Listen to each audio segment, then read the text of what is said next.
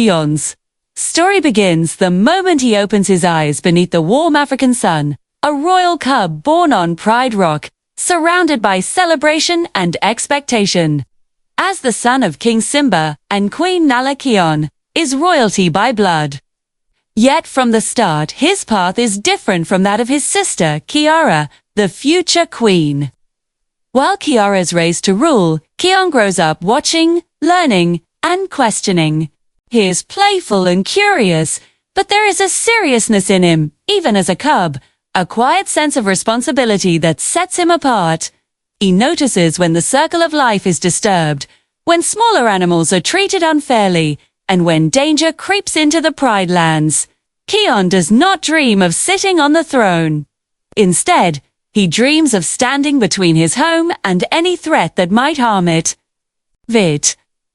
Inner calling becomes clear when Kion is chosen to wield the roar of the elders, an ancient and powerful force passed down through generations of great lions. The roar is not simply a weapon.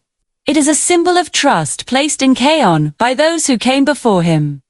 With this power comes the duty to lead the Lion Guard, a group tasked with protecting the Pride Lands and maintaining balance. Tradition demands that the Lion Guard be made entirely of lions, but Kion challenges this belief, choosing his friends instead.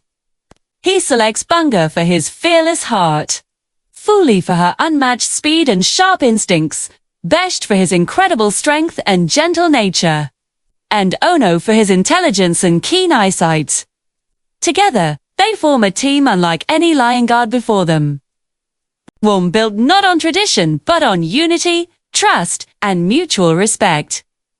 At first, Kion embraces his role with excitement and confidence, using the roar to defeat enemies and protect the circle of life.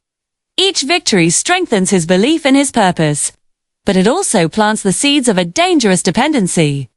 Slowly, Kion begins to rely more on the roar than on his own judgment and the strength of his team.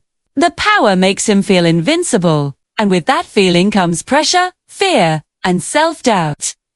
Scar's spirit, lingering as a dark reminder of the past, takes advantage of Kion's uncertainty, whispering that he is nothing without the roar, that his worth comes only from power. These whispers begin to change.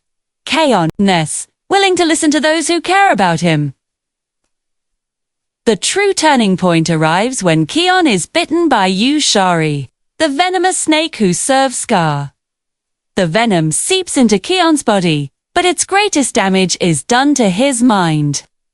Anger begins to cloud his thoughts, fear drives his decisions, and his once clear sense of justice becomes distorted.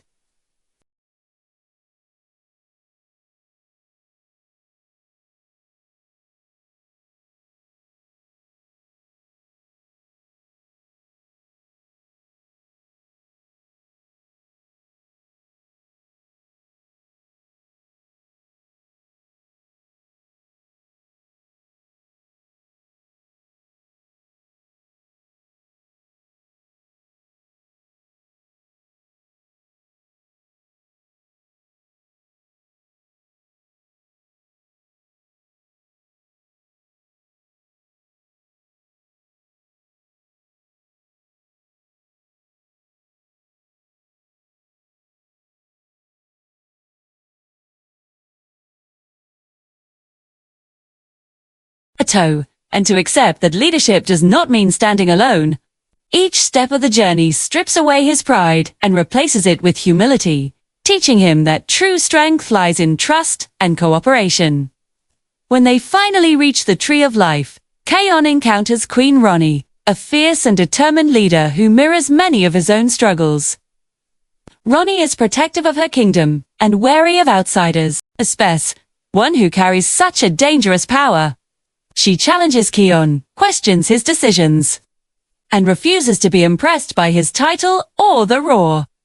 Through their interactions, Kion is forced to prove himself without relying on ancient magic, and in doing so, he begins to rediscover who he truly is. Faced with the damage, the roar, and Scar's influence of cause, Kion makes the hardest decision of his life. He chooses to give up the roar of the elders, willingly letting go of the power that once defined him. It is a moment filled with fear and uncertainty, but also clarity. Without the roar, Kion feels lighter, more in control of his own mind and heart. He learns that power does not create a leader.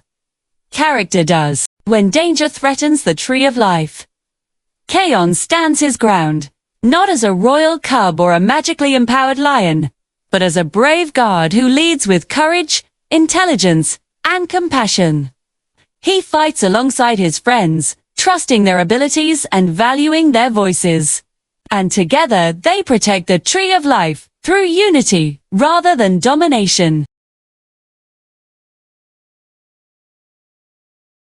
He can return to the Pride Lands and continue his life as a prince, or he can remain where he is needed most, guarding a place that has become his second home. Proving that greatness is not inherited through bloodlines or crowns, but earned through sacrifice and service. His journey, from royal cub to brave guard, shows that true leadership is not about ruling others, but about protecting them, standing beside them, and putting the greater good above personal glory.